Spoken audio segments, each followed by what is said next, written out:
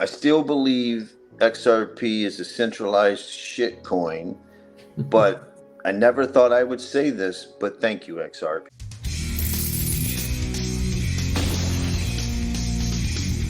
In today's video, Attorney John Deaton discussed the latest with the SEC Ripple XRP lawsuit, the recent summary judgments from Ripple and the SEC, and what's next for the procedural process, likelihood of a settlement soon.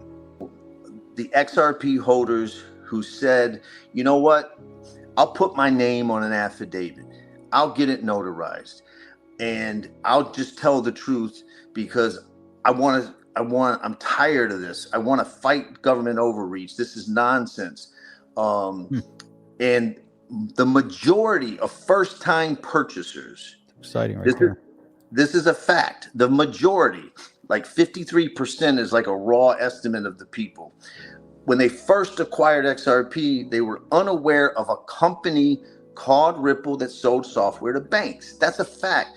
Jay from Spin the Bits, he's a developer, right, on a payment app using the XRP ledger. When he first bought XRP, didn't know Ripple existed. That's a fact. And he's as smart and technical an engineer as anybody. And so how can you rely on the efforts, promises, and the inducements of a company that you are unaware of? Right. Like, just, it's factually impossible. And so I just wanted to highlight that, guys. I'm so thankful you brought that quote up, because I want the XRP holders to do that. I want them to take pride in that, man. I want them to know the judge would not have cited that if it didn't impact her. That's amazing. Right? She wouldn't have done it. Like, there'd be no reason for her. So she cited it. She read those affidavits. She considered it. And she's like, yeah, you know. And it made a difference. It made a difference. And that's what I'm proud of. I'm proud of these people who joined together when the rest of the industry and the rest of people didn't. Right? They came at the end. They came at the end, but they fought for themselves and they spoke up, and I'm just proud of them because they have to feel validated. They made a difference. As this now will go to court, do you think there's going to be, how does this look? What do you, well, what do you forecast here? Yeah. Well, what's fascinating is that don't sell to VCs, right? And hedge funds, but you can sell on an exchange and it not be according to the reasoning of Judge Torres. And so it'll be interesting to see, if entrepreneurs and others, read that and then they're like, okay. And what's interesting for the audience to know is that, Ripple maintained that you have to have a written contract in order for there to be an investment contract. Right. Judge Torres didn't reach that issue because every one of these institutional sales had a written contract. And so she's like, it's a moot point because you're the only sales I'm finding are unregistered are the ones that you did have that you did have written contracts with. And so the bottom line is this is great news for Coinbase. Is the SEC somehow going to try to prove that they're an underwriter, and things like that to try to? I mean, they'll maneuver their angle, but clearly, this judge has basically said: A, the token's not a security. B, sales on exchanges they don't basically, they're asset sales, blind asset sales where the buyer and the purchaser don't know each other. So how do you meet the third element of the third factor of Howie, relying on the efforts of the person that you don't know you're buying from? Right. So it's a very commonsensical type of approach that Judge Torres took. As far as for Ripple, and I said this in the live cast, if I had one criticism of Judge Torres's reasoning, it would be that in the beginning where she defines institutional sales, she says hedge funds, ODL customers. And ODL, the person only had, or the company, the entity buys XRP for a few seconds and then sells it back. And so that doesn't seem to be relying on the efforts. It doesn't even seem to be an investment. It's a utility. Right. That'd be another one. You have no idea. Token. And so my one criticism, and that could just be, she honestly believes it, but in her previous decisions, she seemed to understand ODL. And so that's something that is sort of a gray area that I think that might bother Ripple, right? So would they still deem that institutional sales or institutional buys, even though it's utilized in the ODL, even though it's transactional? Right. And maybe that was just inartful of the judge, like grouping it in, you know what I mean? But she didn't have any other section that discussed ODL and how it operates and whatnot. And so I'm sure Ripple's going to discuss, and, is there some fear that the SEC would come after them subsequently, saying that, future ODL transactions or securities? I mean, I doubt it, because I think that the SEC doesn't want to get their ass kicked twice. How do you think this is now going to change things as far as the crypto landscape, now that there's some clarity, at least on XRP not being on the, does it change the library outcome now? And how does this impact everything else? Well, it doesn't change, the library outcome, but it takes the wind out of the sails of Gary Gensler, the anti-crypto Elizabeth Warren, campaign, because you have a judge, a federal judge appointed by Obama, right? Chosen by Senator Gillibrand out of New York, who is now proposing, joint legislation on crypto. Right. And it's just going to take the wins. You have the Tom Emmers and the Patrick McHenry. I mean, they're all jumping on this, saying, look, and they're also, there are people that are saying, listen, if XRP, there's people who say if XRP is not a security, then nothing is. They take that approach. So I think it when you add everything together, it screams that Congress might be more inclined. There might be more, maybe some of the Democrats start saying, okay, there's a decision out there that disagrees with Gensler and disagrees with this narrative. Let's do something and get some sensible legislation. So maybe you start seeing a little more movement. I still don't think anything's going to pass in the next couple of years, but this is certainly going to hurt that. Let's think of the opposite, right? Jeff, think about if Judge Torres would have just said all these sales were securities, hypothetically, worst case scenario. Secondary market, let's say she adopted the embodiment theory instead of like dismantling it. Right. Do you imagine the political momentum that Gary Gensler would use? Right? There'd be videos already. He'd be on every CNBC channel, Fox channel, talking about how, you see, I told you these were all securities. And he just can't do that now. He's got nothing. He's lost everything. And even, did you see how fast Coinbase relisted XRP? Yeah, today? I actually played on my live stream. I played that clip with the chief legal officer, Paul Graywell, where he said, we won't hesitate if the ruling allows for us to relist. And you got to give him credit. He said he wouldn't hesitate. Fast. Yeah. I mean, he said he wouldn't hesitate, and he didn't hesitate. Yeah. And it really was a no-brainer, because it behooves them.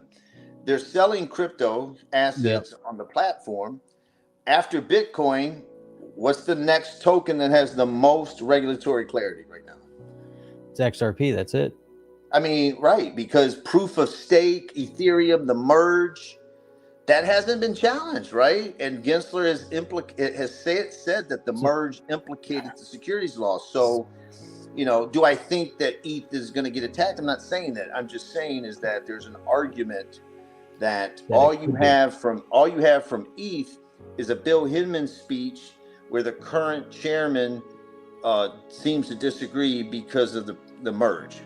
So therefore, ETH doesn't have a judicial decision saying it's not a security. XRP does. Looking back, I don't know. I can only guess at it because it's so as we read through, how Judge Torres ruled on it.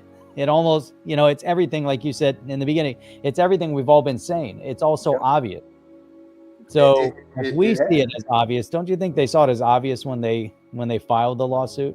That all these things are obvious? Of course they did. In June 13th, 2018, they had an XRP Howey memo that analyzing XRP, whether or not it met the Howey test. If that memo would have declared XRP clearly a security, Ripple would have received a cease and desist letter, right? They wouldn't have said, oh, it's for sure a security, but let Ripple keep doing it. No, they just said, stop it or you get an enforcement action. And they didn't. So their enforcement lawyers in 2018, at a minimum, said it was inconclusive, right? Like, it looks like a security, but it kind of not. And, maybe we need more. But the bottom line is they couldn't say it definitely was. And so that speaks volumes. I've always said XRP was a sacrificial lamb. The regulatory sacrificial lamb. And I think a few insiders blessed ETH, and Bitcoin was Bitcoin, and we're giving somebody up to prosecute. It's a company that's not well liked by many in the space. Let's be honest, right? True. When the Ripple case was filed, and I filed the writ of mandamus, I wrote, this one theory could be they're coming after all of crypto. And Brad Garlinghouse said that, and everybody was like, bullshit. It's just you, and you dumping on retail, and you're just a bad faith guy, and Deaton is, hyperbole. It's just XRP. He's just a disgruntled XRP holder. And it's like, no, if you can apply the same theory to every token except for Bitcoin. This particular case might be the quickest way to clarity, and people are laughing. 2.5 years later, not so many people are laughing anymore, are they? No, and you're right. Today is probably the most unified crypto's ever been. In all of its history, you had ETH maxis saying, quote, I still believe XRP is a centralized shit coin, but I never thought I would say this, but thank you, XRP. Like, I saw that from people. I saw other people. So the ETH folks, the Cardano folks, everybody, is on board because this is good news for crypto. We needed it. Just regulation by enforcement, suing Coinbase, suing this one, all these non-fraud cases, meeting with Sam Bankman-Fried, but you won't disclose any of the notes or any of the meetings. And it was demoralizing. So we needed this. We really, really needed this in the community. And, the only ones that seem upset are the Bitcoin. Hey, somebody better check on my friend, Max. Listen, I got to tell you, and I'm going to try not to get emotional, to be honest with you, but I wish people could see emails that I'm getting or DMs from people. There's a guy who's 70. I mean, this is what he says. Dear John, I'm a 71-year-old father of a special needs daughter. And I had all my money in XRP, in my retirement or my iTrust account. And now it's unfrozen or something like that. And I'll be able to do this, and I just want to thank you for giving us a voice. And then there's another fella whose mother is very ill. And I lost my mother, in March of 2020. And I was fortunate enough to be able to pay for some private care that the insurance didn't pay because, she needed to be fed and bathed and all that. And this is someone who the choice is if he can get access to his crypto and it has some price appreciation, he can pay instead of his mom going to a state hospital and dying in some state nursing home. He'll be able to have her at home, and to hear him talk about it, and it can't but touch you. You know what I mean? And so these are the stories that people don't get. And these are real life people who just want to pay off their mortgage. That's their dream, man, to pay off their mortgage and have to own their home outright. They're not going to have a yacht like Michael Saylor. He has 5 yachts. They just want to pay off the home, right? They want to pay college, help the kid go to college. And the thing that I keep saying is that some of them, put all their money in XRP. And we can objectively say that that's probably not the right decision most of the time to put all your eggs in one basket. But these people out there be like, well, if you're dumb enough to put all your money in XRP, you deserve to lose it. I wish they'd say that in front of me in person. I really do. Because I say to them, if they lose it, it's because they picked the wrong technology, or the market decided XRP sucks, or there's a better tech platform. Not because the government, unelected bureaucrats on a political agenda chose to make them collateral damage, arguing a theory that's unsupported by the entire case law of history. Like, you can't cite one case in 80 years to support your theory, and you are hurting these people, man, and they don't care. And so when you read these stories, it's easy to fight. It's easy to be motivated. And those are the people I'm so happy for them that they can have a little bit of, breath of fresh air finally.